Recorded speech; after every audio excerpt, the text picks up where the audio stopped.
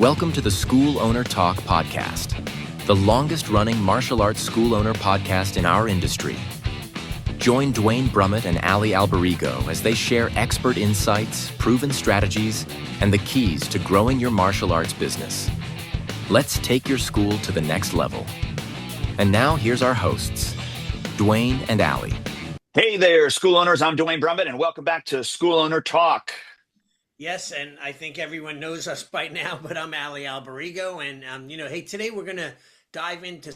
We had a topic, right, to think about. We're always trying to find something cool and interesting, and let's talk about how that the school atmosphere can make or break your school, right? Getting students and the families to actually engage in the culture of your school, or maybe you don't have a culture in your school, but that's what our topic's going to be about. Yeah, what we're going to talk about, those families who treat your school like a transaction. The kids show up, and the parents leave. You're just a drop-off service, and and then the parents pick them up, and they never really talk to anyone or get engaged. Yeah, and you know what? It's interesting though.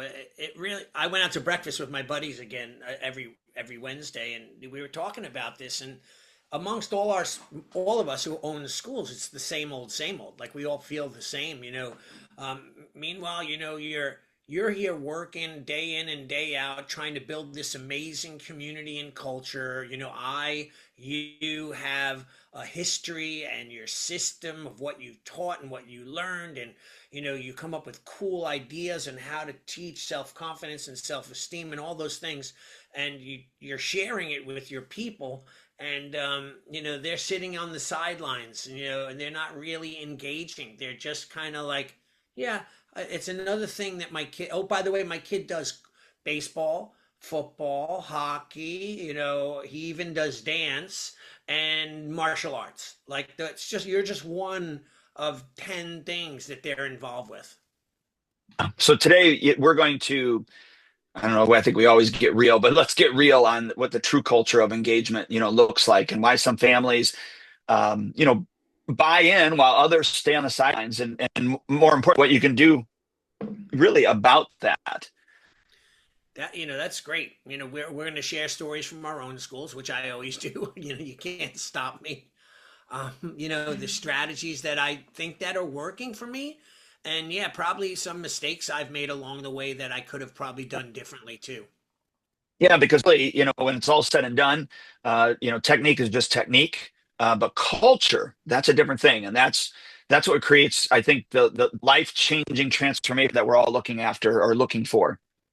Yeah, I agree with you, Duane. So let's jump in right now and let's talk about, turning spectators or bystanders into participants, right? Yeah.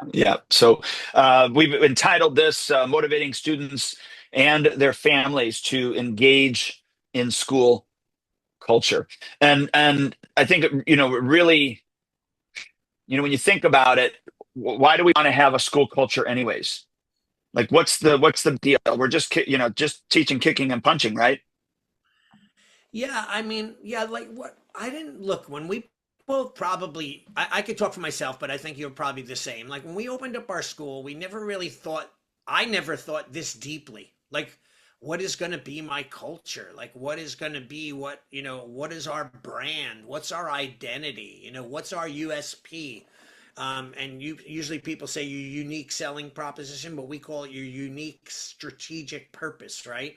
So really, like, what is that? For most school owners, they're probably like, hey, I just learned Kung Fu. I'm going to teach it the way my teacher taught it, and we're going to have fun, and I'm going to be disciplined, and I'm going to make sure they learn about the history. That's it, right? So what is that? Yeah, I think in the beginning, our culture really was whatever our personality is. And so, the problem that lies in that is that when you build the culture just around your personality and then you stop out, you take a vacation, let me rephrase that. When you solely build your culture on your personality, emphasis on the word solely. And I feel like I did that in the beginning, but then I had to kind of, totally kind of slowly switched the culture so it was the program had a culture as opposed to Mr. Brummitt's personality and following that. But I think in the beginning, yeah, our culture for every single one of our schools really was our personality and how we trained, how we saw life, how we saw people, and we attracted those families and those individuals that wanted to be a part of the personality that they signed up with, therefore the culture that it was at the time. Does that kind of make sense?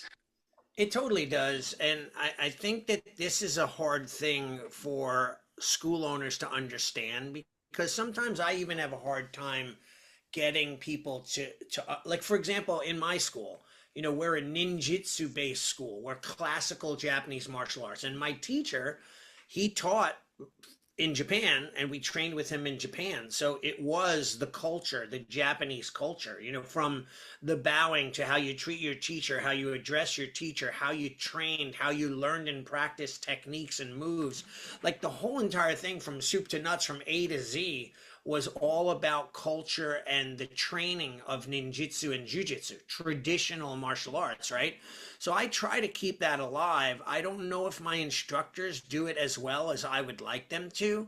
I think that a lot of times that they're just off doing what they're doing, and even though that I tell them to do, this or this way, they're doing it with their own flair, so much to the point that there are so many different, and I don't want to say conflicting, but different personalities, and the cultures are different, the way they Well, teach, the way they act, right. right?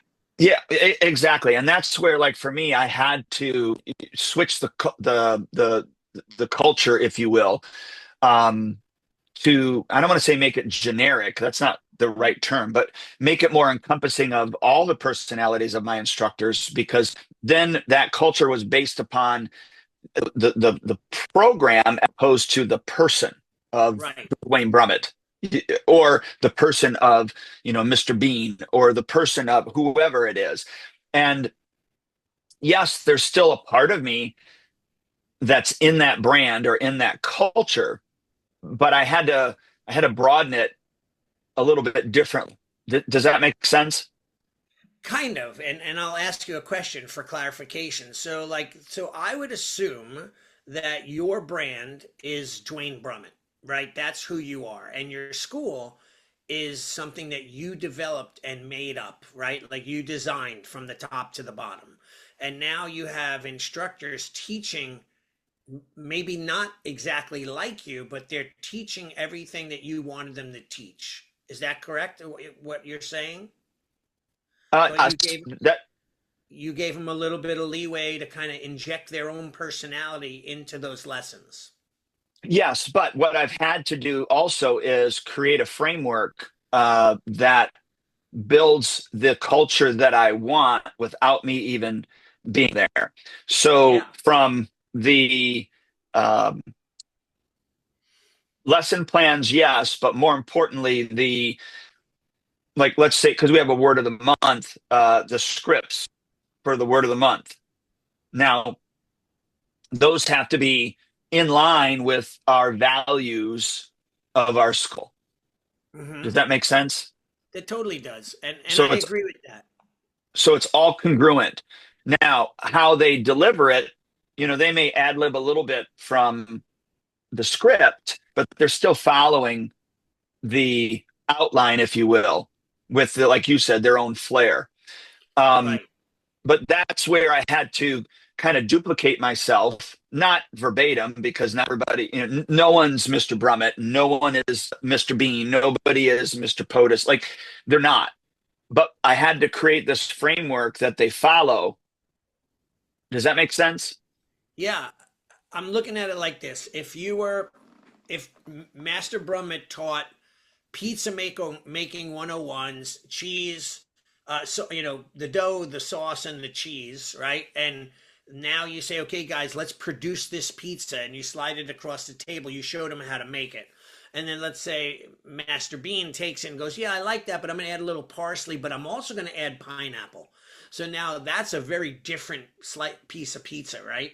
So we want it to remain as close to the original version as possible with maybe a slight variation, but not a total variation. And I think this is where schools make mistakes, giving their instructors too much leeway to do what they want.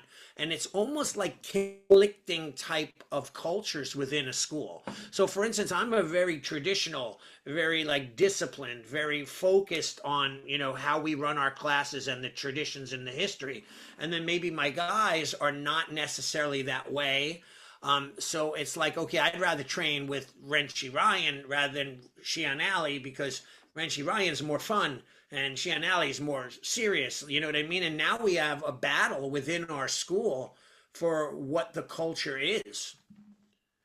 Right. Well, that potentially can happen. Yeah. Yeah. Because, hey, Mr. Bean told me to do it this way. And, Mr. Brumitt right. told me to do it this way. Yeah. When all it is a variation of an outward wrist flex. And neither one are wrong. But you can do them differently and still be effective. Yeah. So why does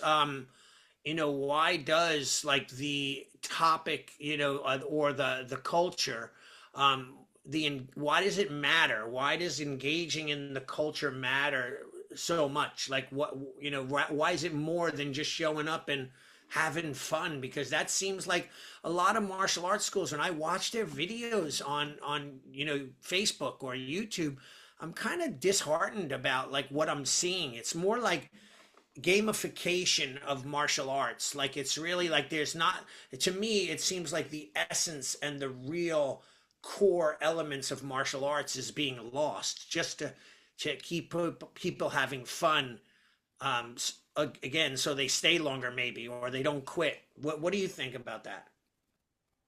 Well, that does affect the bottom line, if they're not having fun. Right. So there needs to be an element of fun. I know where you're going with that with regards to it's more entertainment than it is education. And so we do have to walk that fine line between the two. And of course, you and I both agree you can actually have both in one setting. But what we have to make sure is we have to make sure that disengagement of the students and the parents and even the families don't happen. And so we have to create a culture that is engaging. We have to create a culture that not only produces results, but the parents and the kids, but specifically the parents have to see the results. Yeah.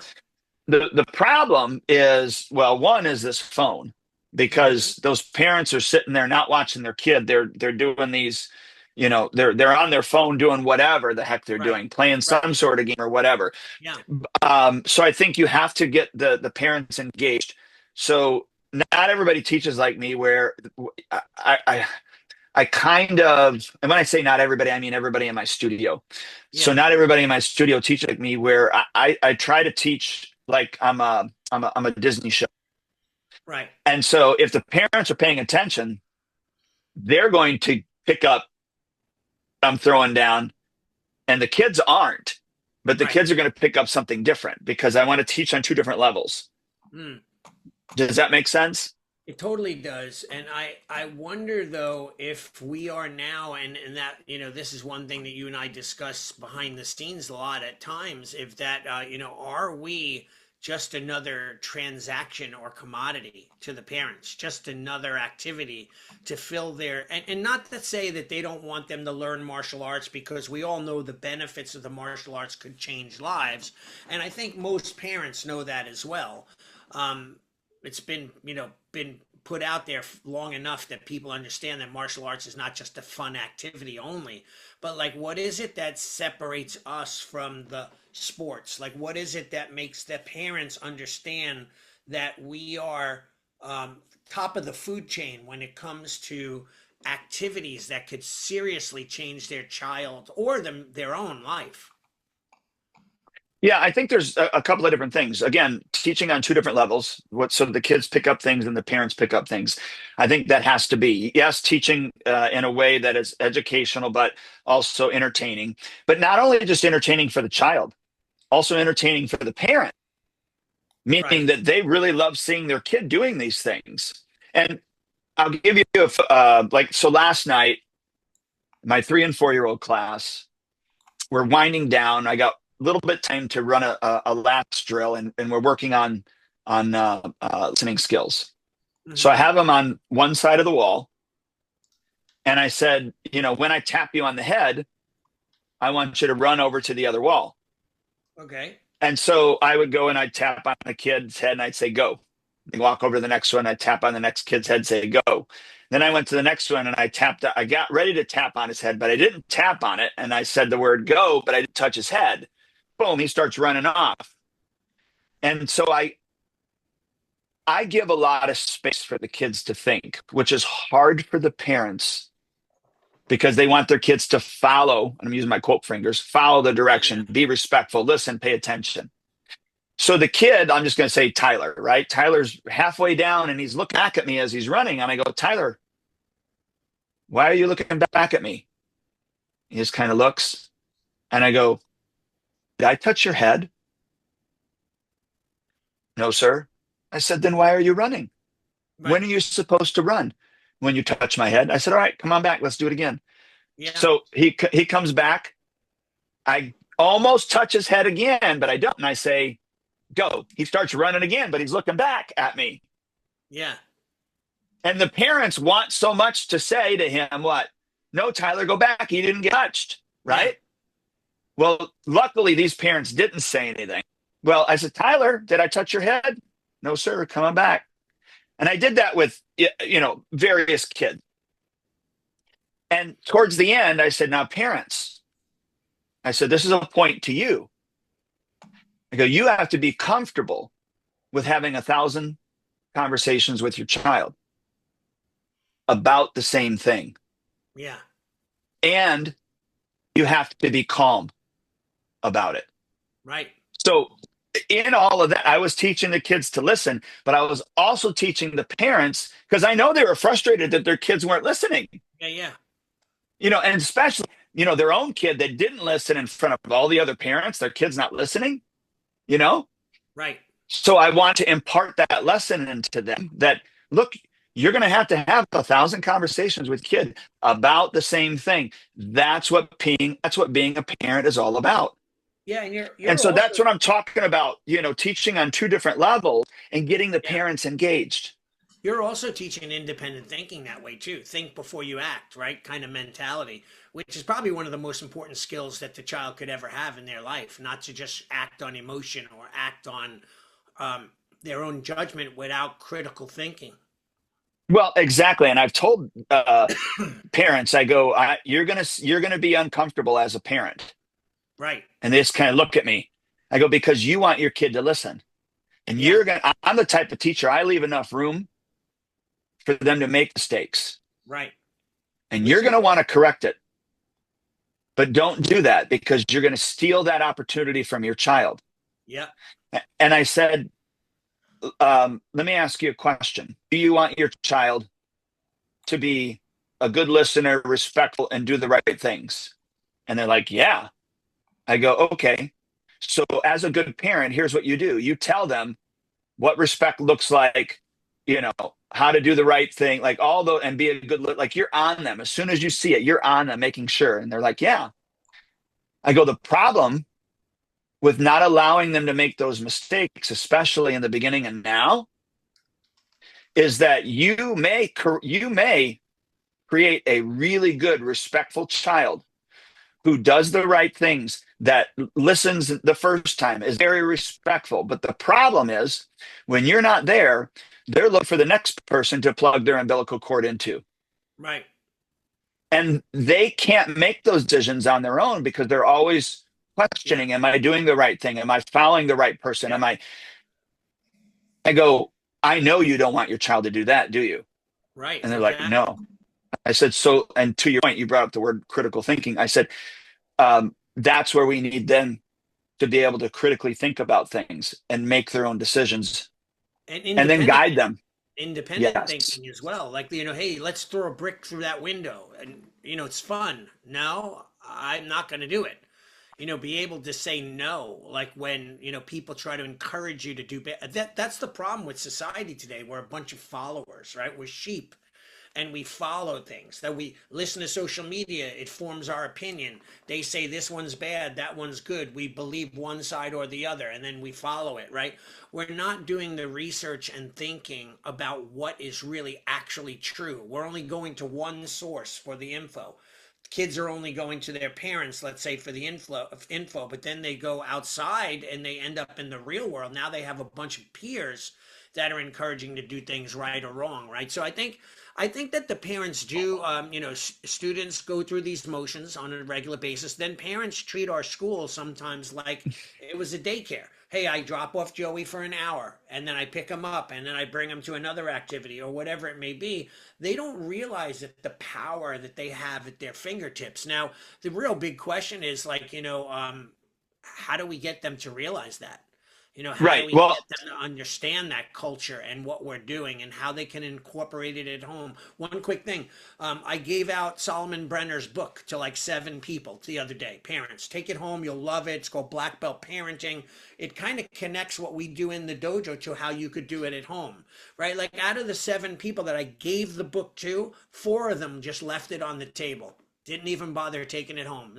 Now, yeah. whether they all forgot or they had no interest, or maybe I didn't communicate that it was free, you can have it well enough, but they didn't take it, and nor probably I bet you the people that did take it won't even read it, right? Like so, it's really interesting to get them to engage. Well, do people read anymore?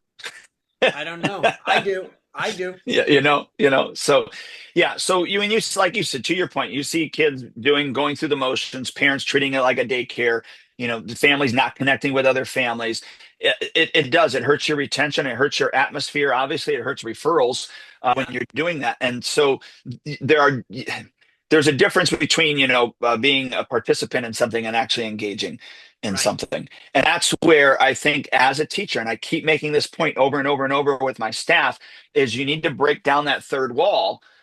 Don't just think it's about you and the kid out on the floor. You got to get the parent involved. And especially when you see the parent. So here's what I tell my staff is, to the best of your ability, if you can teach while you're watching the child and their parent at the same time, Right. twofold. One is because when the child acts up, if you're gonna the parent's gonna see it, especially if they're paying attention. The parent's gonna see it well before you ever see it.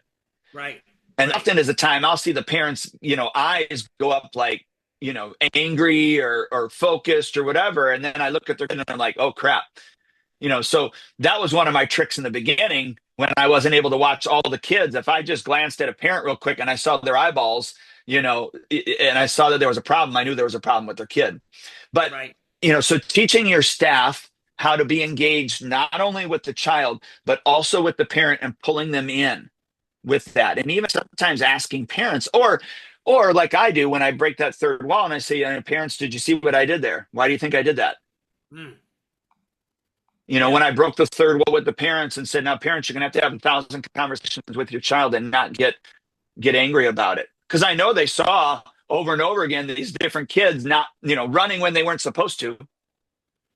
Yeah. And every single one of them knew that they weren't supposed to run, but they heard the word go and they Yeah. saw my hand motion, and they're Yeah. conditioned to follow directions. I often say to the kids, "Well, the word is go," and you run to the other side, and I'll say, "On your mark, get set, gorilla," and half the kids run, and then some of the kids listen. I'm like, "Come on back! I told you the word was go, right?"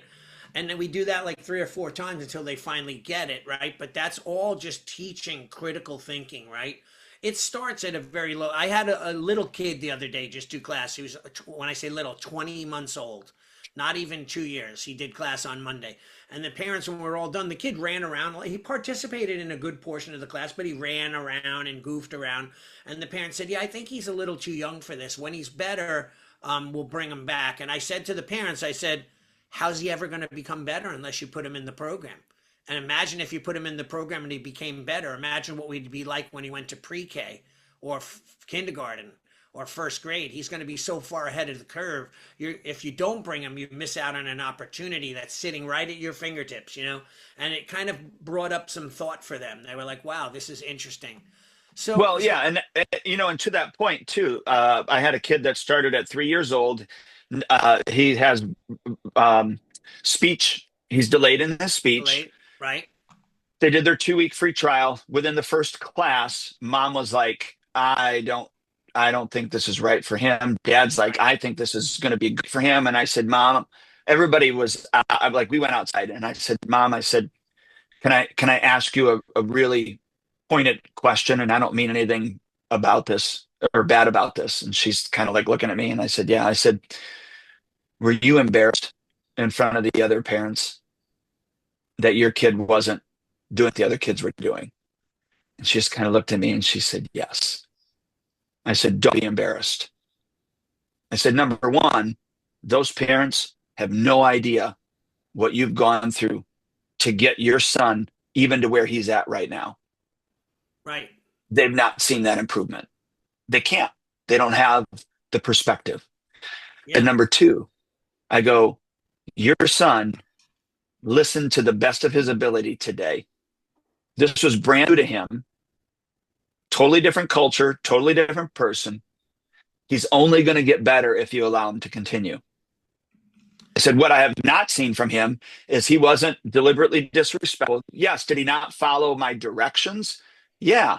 But he wasn't doing it because he's disrespectful. He was not following the directions because he didn't understand, Right. and he couldn't articulate things back to me. Right. And I want you to know that I've been through this with other kids. Right. And she goes, okay, we'll continue with trial.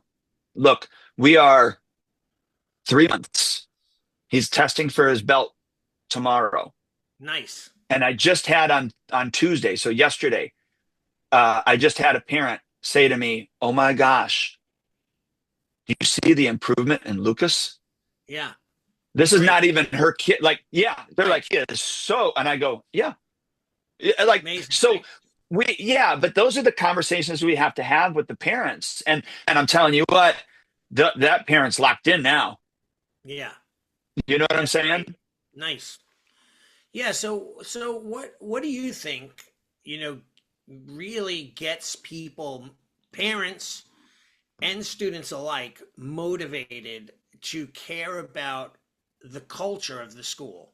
Like not just the technique. Like, for example, I had a meeting with my staff and a lot of them were like, well, if it's not fun, they're not going to do it. And for me, when I was young, getting the hell beat out of me in a sparring match was fun. Wrestling and getting choked out and grappling was fun. Like, working super hard till I was dripping sweat was fun to me.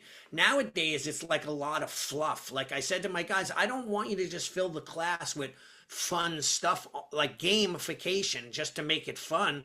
I want you to somehow find a way to take the core curriculum and turn that around and make it fun. Right, so that they're learning martial arts and having a blast. So what do you think motivates students to care about the culture?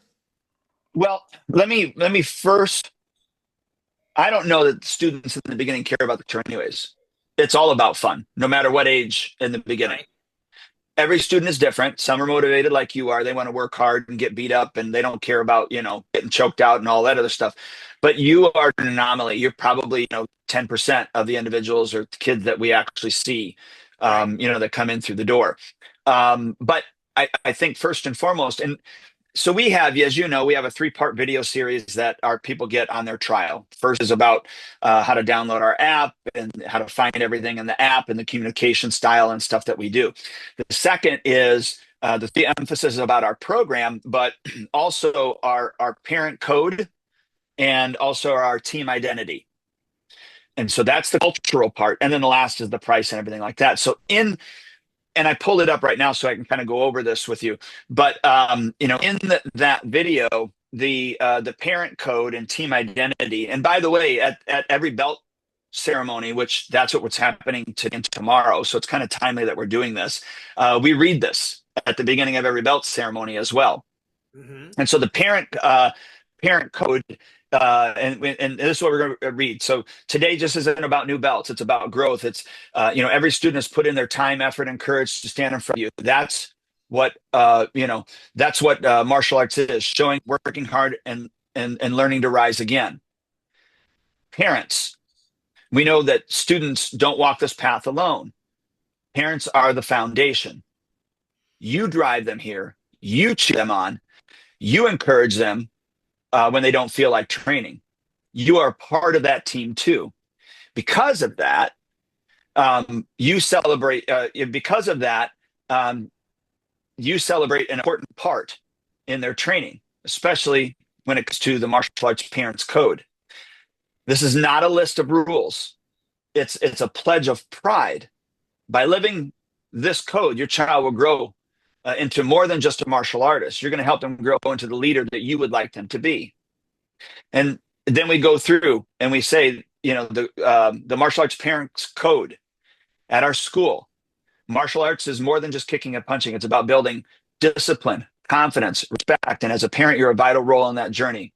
By living the parent code, you help your child in every class, inside and outside of the studio, be the best version of themselves. Number one, you support, you don't save.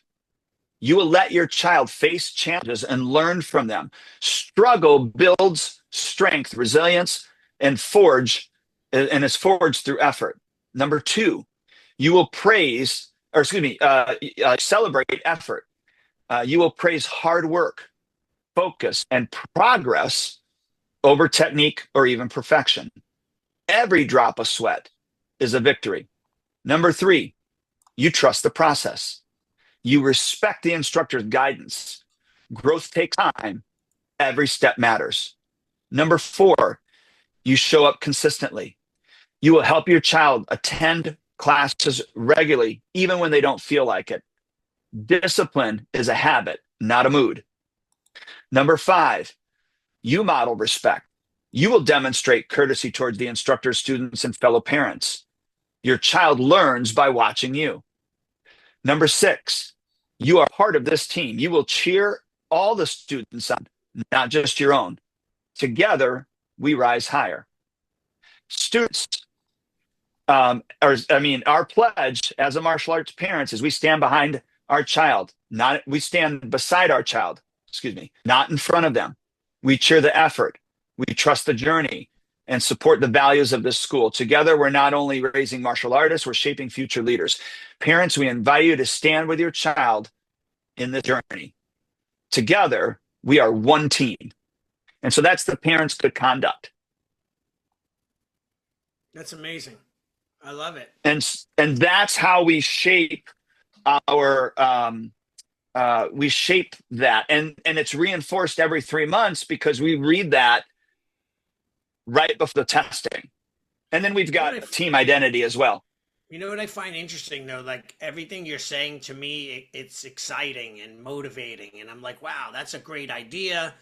Let's read it out before the test, let all this stuff that we say and all the things that we do and all the things that we push across the table. And then I wonder just like how many parents are actually engaging. How many of them are listening to what you just said and taking it to heart and putting it in their things to do list? How many of them are really doing what you've just mentioned, right? Like that's the real question. Because if it was all of them, we'd have 100% retention, right? We'd have 1 million referrals, right? And we'd have students for life. They'd be going and they'd all get their black belts. Like, what is it? Where is it that we miss that connection? Well, I just think we do the work, and those that are thirsty enough will drink. We can't make them drink. We can bring them up to the fountain, right? But we can't make them drink. But what we can do is we can keep throwing salt out there for them to get thirsty on. Yeah. And they lick enough salt, they're going to go, yeah, you know what? Maybe I should drink some of this water that he's pouring out. Yeah, I like that analogy. That's an interesting one. Yeah, because that's all I can do. I can just keep giving salt and giving the salt and giving the salt. It's up to them to, taste it and go, oh, now I'm thirsty for more. And you look, that's not the only thing that we do. We have what we call, with the word of the month, have an I am statement that goes with every single word of the month. And in order to bow into class, bow out of class, and of course we do it at the beginning of every class, we rehearse that I am statement with hand movements that go along with it that anchors that statement to the child. Yeah. Especially younger ones, because the younger kids, they believe everything that they hear, right? They believe in the Easter Bunny. They believe in Santa Claus. Like, I mean, yeah. you tell them, you get a child that's, and wait, hold on 1 second. Are you saying Santa Claus is not real? No, I'm saying when you believe in him, he's real. Okay, thank you. Thank you. You're welcome. You're welcome. But like this month, our word of the month is hard work, and because it's back to school, right? So we got to work on hard work. Well, they put their left hand on their hip and show their muscle with their right hand, and they say, "I am a hard worker." Then they come tension and bow in. Now that's reinforced in the class because, like, I'll give you, for instance, last night doing exercises in our beginners class, the kids, this one kid just signed up. He's a little bit heavier set. We're doing our sit-ups. Our sit-ups are a little bit different because we actually have you prone, laying down all the way on the ground, and your hands are all the way up in the air, and your feet are straight out, laying straight down. Then you've got to swing your arms all the way up and touch your feet. It's an easier way to do a sit-up, actually. But he was having a hard time doing it, and he was only going like a little bit and a little bit. And I looked at him and I said, Riker, I said, what did you tell me at the beginning of the class? He looked at me. I said, didn't you say you were a hard worker? He said, yes, sir. And I tell Yeah, you what, man, I saw him pushing harder and harder. And finally, he got up for one. that's great. And I said to him, I go, yes, sir. I said, Riker, that's awesome. I knew you were a hard worker. And then I looked over at mom and I just kind of winked at her and pointed. That's how Yeah, I got mom engaged with it. And so, we take these word of the months that have, map chats at the end. We have an I am statement. We have the hand movements that anchor that statement every single month. And yeah, it switches every month. In retrospect, if we were on 8-week belt testing cycle, I would have only one for every 8 weeks. But because we're on a 12-week, I don't want to have one for all 12 weeks. You know what I mean? I yeah, want to introduce more words. But anyways, just when the word is getting introduced and getting nailed in by the third or fourth week, and then boom, we switch the next one. That's the only thing I don't like. But I have compliment after compliment after compliment from parents about how their kid is utilizing those I am statements, especially the younger ones. Now, on top of that, with the ability of Chat GPT, I've taken those word of the months and the I am statements and then created these short stories called character champion stories. hmm And like, so hard worker has, and they come out every Tuesday and Thursday, but it's a short story that the parents can read to their child. It's all about whatever the word of the month is. So this little kid's having a problem. Here's how they used hard work and the I am statement to overcome that problem. And then there's like 3 or 4 or 5 questions for the parents to ask them after they read this together. And it's written at a third grade level. Like, it's not written at a, you know what I mean? right, right. And so I have some parents that are reading this to their kid at night, just reinforcing it. But not everybody's using every tool. Right. But I'm throwing out every single tool that I possibly can do. In our private Facebook group, we have a shortened version on every Tuesday and Thursday of the story for that I am statement, in the word of the month. And then in between on on Mondays, I have a video about whatever the word of the month is, a parenting tip along with it. So hmm like now, quite honestly, without Chat GPT, I would have never been able to do all of that. Yeah. But now I'm able to do all of those things. And so we're just creating more and more things to support the parent, get them involved, with that. Now, alongside of that, that's where I think other events that bring people together, like you have I know Halloween's coming up. You're going to have your probably Halloween party, right? Yeah. Yeah. That's another thing, another way to get people engaged, get them connected to other students. I know that we just had our storm team meeting last week on Friday, and I talked with my storm team members, and a lot of them are like 12 and up, and they're like, look, usually most of the stuff you're doing is all the way up to 12. And once we hit 13, we don't have things that we can attend to. And I'm like, that's true. I need to come up with ways for my teenagers to connect to one another. And that Yeah. was eye-opening to me. Yeah. So anyway, I'm sorry, I kind of felt like I ran the floor there. no, that's okay. Let's recap though real quickly. So, we want to always, number one, find out what motivates students to care about the culture, right? You mentioned a ton of different things. Like you mentioned, all the different things about, how you teach the classes, and you have handouts and take homes and reviews with parents and words of the week or month and all that. We also talk about our age specific approaches. Like kids are different, obviously, for whatever you call them, little dragons, or, I call them little warriors, mighty warriors, youth, elite youth, and adults. Everyone has their own, and you mentioned it, how they learn, how you write, when you write something out, it's at a, third or fourth grade level. It's not at a college professor level, right? You want to make sure that the student there are signs that the student is starting to develop into or buying into or getting involved in the culture. They're not just attending class. And by the way, this is a big trigger point. Like, I can give you one bit of advice that, not you, Duane, but everyone out there. When I was most engaged in my school, now again, it's a long time ago. It was a different era as well. People were different, but I used to say to the parents, like, hey, and by the way, I'll tell you about one kid. He's like 6 years old or 7 years old at the time. Now he's a grown adult in his 40s. And he's got 3 kids of his own. He did 2 tours of duty in the military in Iraq as a Navy SEAL. One time I said, hey, is Anthony coming to our Halloween party? I think it was, or something. Nah, he's not interested. I said, okay, tell Anthony it was nice knowing him and that he shouldn't come back to the dojo anymore. And the mom's like, what? I said, yeah, he needs to support what we do. You need to support what we do. And if you can't do that, don't come. So that was the type of person I was. But at the same time, everyone bought into, they wanted to be in the school. And when you took it away from them and you said to them, listen, if you're not going to be a part of the culture and really be more than just a person who walks through the door, because we all know that those people just come and go, don't really engage, don't come to the events, don't really get involved with anything, don't join your black belt club, don't come to seminars. Eventually they're quitting. You might keep them a little longer than maybe others, but if they're not engaged, they're not continuing. It's just like being on a baseball team. You can't say, I'm not going to play the games, I'm only coming to the practices. The coach would be like, there's no sense. We don't have any space on the team for you then.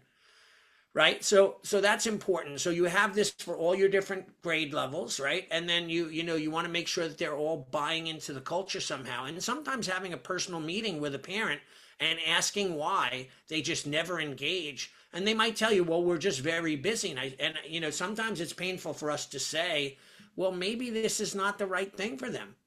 And because we don't want to lose tuition, we don't want to lose a student, right? But sometimes we have to be selectful. And then you mentioned story time, telling stories that transform people from disengaged into engaged, right? Based on what I did when I was younger. And my staff doesn't do this well.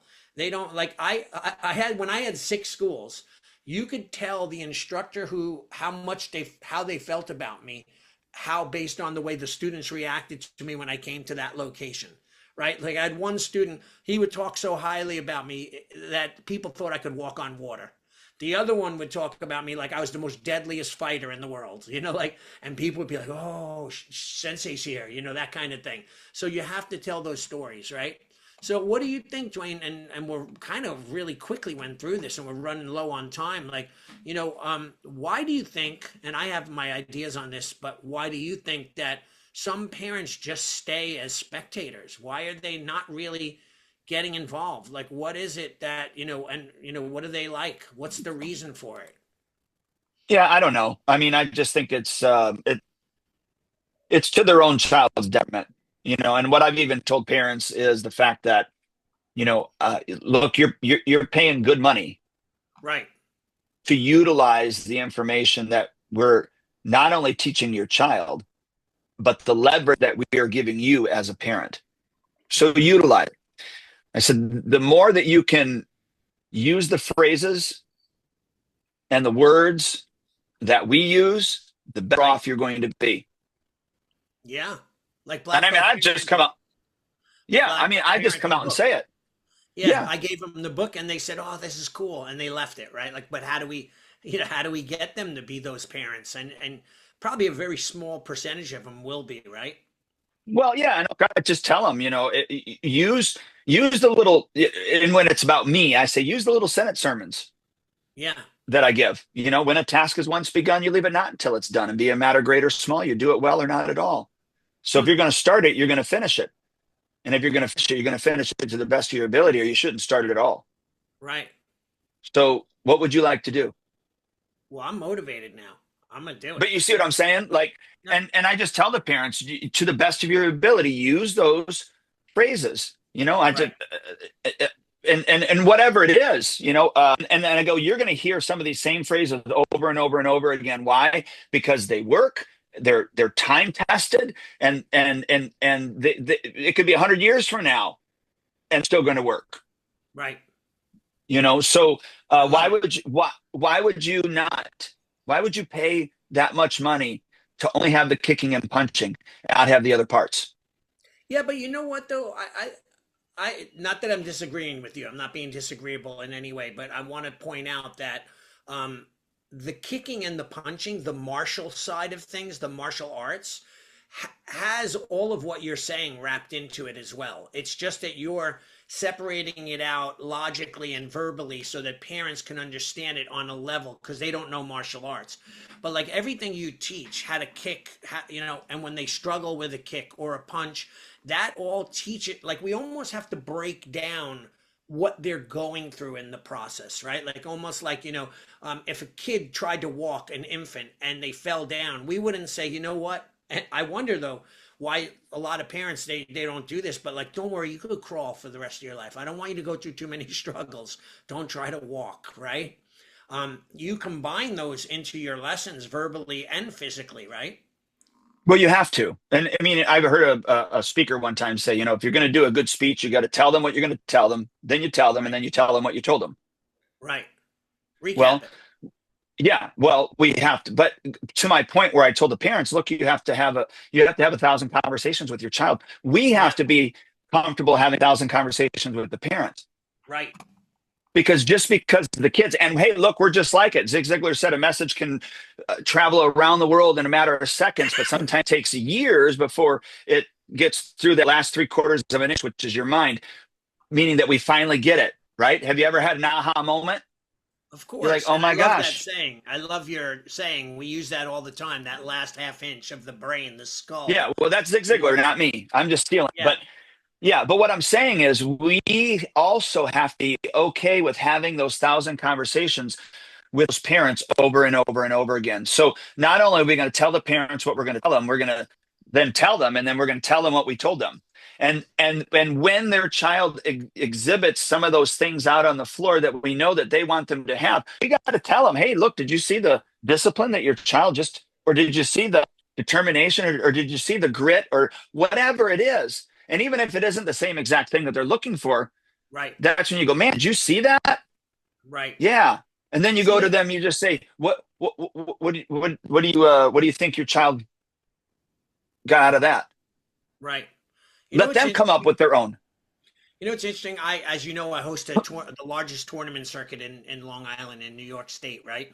And out of my school, I'll get like every tournament, I'll get like 20, 25 competitors, which I could have like 125 competitors from my school alone, right? But I'll say to the parents, why don't we get Joey involved? Oh, he's not ready. When will he be ever be ready unless he actually does it and finds out what he needs to work on to be even more ready? But they won't take that step. They won't engage. They don't get involved. It's on a Sunday. It takes away from one of their days. They have to practice a little bit extra. There are so many like sticking points, like that you call it a third wall, right? Like there are many walls that are up. Some of them are tiny. All you got to do is do a little bit of climbing to get over them, right? But they don't engage, and that's what I'm trying. I honestly looked for books, Duane, that like on this on getting people to actually listen. I cannot find one book. I bought a Yeah, few of well, them what was that? I said that might tell you something. Yeah, I thought maybe I found two and I bought them and they weren't at all. In fact, one of them was how to get people it was about not getting people to listen to me talk or not being most of the books are about how to be an eloquent speaker or how to get your point across or how to get people to listen to you, right? But it really wasn't how to break through. And one book was called What's in It for Them. The other book I think you recommended was called Come Up for Air, or my other friend. Hmm. And the other book was Surrounded by Idiots. These are the titles, not me, right? And it was all about like getting people to listen and hear, but not one of the books had anything to do with what I wanted, which was trying to break through that third wall, the white noise, Well, getting them to engage. That was just so difficult in this day and age that I find. I wonder, look, I don't know the relationship you have with that particular kid and their parents that, he's not ready. But I wonder if you have a good relationship, the question might be, is it your fear, his fear, or both of your fears on what's Did you, holding you back? did you hear my story? Like, did I tell you that story from like 4 weeks ago? No. All right. I'm sorry. I'll quickly just make it quick. I had a mom come to me about her daughter wanting to do move up in class. She trains with the little kids, but she's older, so she does like a back and forth kind of thing. So the mom said, "Yeah, we're trying to get her to do it, and we're really trying to work on it." And I said, "Oh, listen, I understand. It's hard going from the smallest kid and the biggest kid in class to like the medium-sized kid in class." I said, "But I know she could do it. Just push her to do it." And she's like, "Oh, I don't want her to quit. I don't want her to be demotivated." And I said to her, I said, quite often it's hard for parents as well, right? It's hard for you to push it and get her to do it. I don't know, maybe you might have some fears about her getting hurt or not wanting to continue. Um, she said, okay. And I thought I left off like I pushed some knowledge across the table, right? I taught the class. I come out to the lobby and I see the dad. He never picks up. He's like, "Can I have a talk with you?" I'm like, "Yeah, sure, sir. Come to my office." He literally kind of was mad at me and said to me that I should never, ever, ever try to parent his child, and that how dare I tell his mother how to parent her kid. That was what the end result was. And I left that meeting. Normally I would have been like, "Hey, get my checking account. I'll write you the balance on your contract and get the hell out of here." Like that was my old me. But I was like, "Oh, I'm so sorry you felt that way. I didn't mean to insult her or make her feel bad." And then I came home and like for 2 days I was pissed, like really pissed, because all I was trying to do is help. Right. So it's tough when you get that situation. It's deflating and it takes away your energy. Yeah, but look, if the mom and or the child doesn't learn the lesson now, they're gonna run up against it again, and it's cheaper to pay the price now than it is to pay it later. Right. So yeah, good for you for even doing it though. I mean, I think that's important. Even though it made you not feel good, and then you were pissed about it. But yeah, I look, we can again. I go back to the fact we can salt all we want. We can't get them to lick the salt, but as soon as they lick it, then they're like, "Ooh, I want to drink a little bit more of this." I think that's Yeah. just where we got to be. And so, to the best of our ability, we have to set the tone. We have to Yep. be inspiring to the best of our ability. We reinforce the tone. I think we break the third wall and get the parents engaged as much as we possibly can. We host events and other things that draw people in to the community and allow them to meet other individuals. I've often thought about this, and I know Mr. Bean would probably do it with me. I've often thought about doing like a weekly podcast just with Mr. Bean and I, for our school. And then, having, different parents come on at different times and talk about how the martial arts, specifically our school, has helped their child. And it would just be a small little podcast where maybe it's 20, 30 minutes, nothing really long, that would just launch every single week. But I don't want to do all that work if it's not going to reap some sort of benefits. But it's Exactly. not going to be that hard. It's not going to be that hard to put together. But I do think it probably would just help reinforce. And we could also talk about whatever the word of the month is and reinforce those things. And, you know, just another communication tool. Right. I love it. It would be great if you put it out and all your parents listened, right? Well, Like, not all well, will, but I'll be even happy if it was 50% of your parents listened, right? Like that would be great. I just wonder if the engagement would be there. yeah, who Right? knows? I mean, like I was just on the Kankakee podcast here in town, and they had me on, and then I put that in our app. I sent it out on a scheduled basis to our people, and look, I think I've only heard back from one parent that they listened to it. Yeah. Well, listen, one year, this is when my schools were at their peak. I had 6 locations, right? I heard an interview by Tony Robbins. I probably shouldn't have done this because it's like, bootlegging, but he did an interview with a school teacher in Brooklyn that took care of kids that were the most troubled kids, right? She got the kids because they were like the worst of the worst, right? But no one told her that the kids were the worst of the worst. So she treated them as if they were the best of the best. And she ended up turning that class around, and they had the highest grades in the entire school district, right? So the interview was just very cool. So I taped it on a CD. I put it into a Christmas card and mailed it to everybody. I did not get one thank you or one person say they listened to it. It cost me like $2,000 to do it at the time, right? But so I was like, why did I bother? Like, well, I could have put that money into a new guitar. See, I have all my guitars, right? Like, but I guess you don't know always if people are listening. You don't know if they're really hearing you. They sometimes don't tell you that they are. And there's no real evidence that they are, but there's a lot of people out there that are silently listening. Yeah, we can't force engagement, but to the best of our ability, we have to try to inspire it. And Right. so, again, it's 1,000 conversations. I love that. Some of those conversations can be automated. Mm-hmm. They can be, but not all of them. And one other thing before we end up ending is I think regularly checking in with your clients. Right. Having reviews or whatever you want to call it, a check-in. And one way that you do that is by having your upgraded programs. Mm-hmm. So you have a basic program, and then within 2, 3, 4 months, 2 weeks, whatever it is, you're trying to upgrade them to, the next level, right? To keep them engaged and inspired.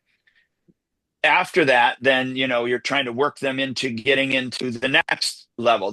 Those are one ways to keep them engaged. And, part of that process also helps to keep the parent engaged. So for instance, our leadership program, 1, you got to be nominated. 2, then you have to fill out your application and get some references and those type of things. But 3, then you have to have an interview. And then, and there's a way that we do the interview process that we actually teach the child how to do the interview while we're doing the interview. Right.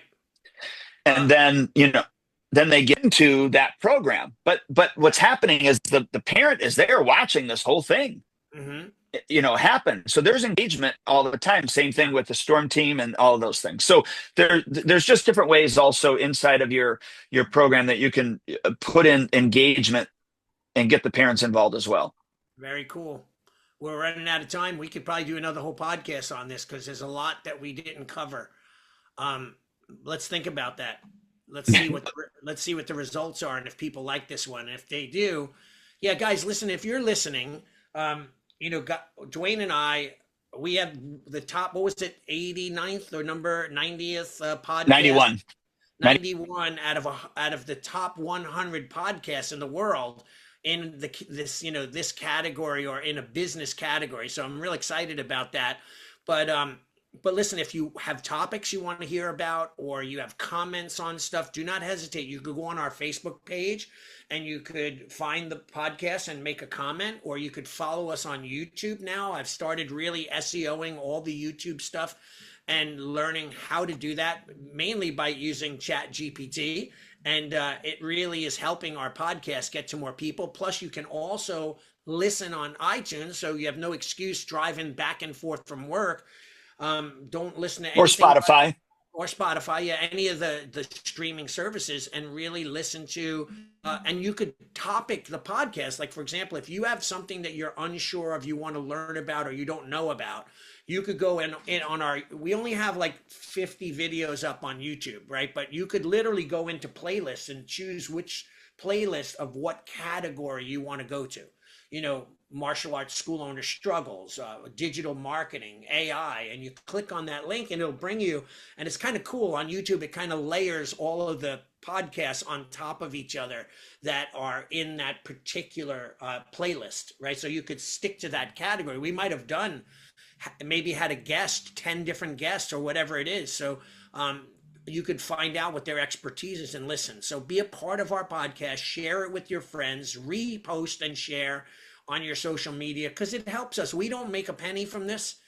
We've been doing close to 500 episodes because we love the martial art industry, and you and I dedicate our time just because we like to help.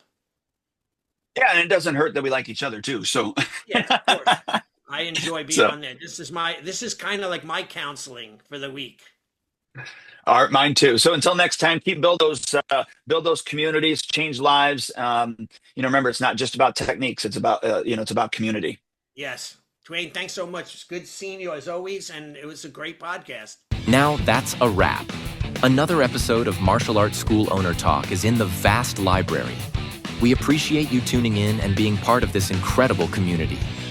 A huge thank you to everyone who makes this podcast possible, including our sponsors, such as EliteInsights.com, your go-to high-performing website company for martial arts schools, LeadHunterMedia.com, your expert in digital media and content creation for martial arts schools, AddHealthCoaching.com, helping school owners unlock a powerful revenue stream by providing the tools and framework to become a health coach. Thanks again for joining us. If you found value in today's episode, be sure to subscribe and share our show with other school owners and friends. See you on the next episode.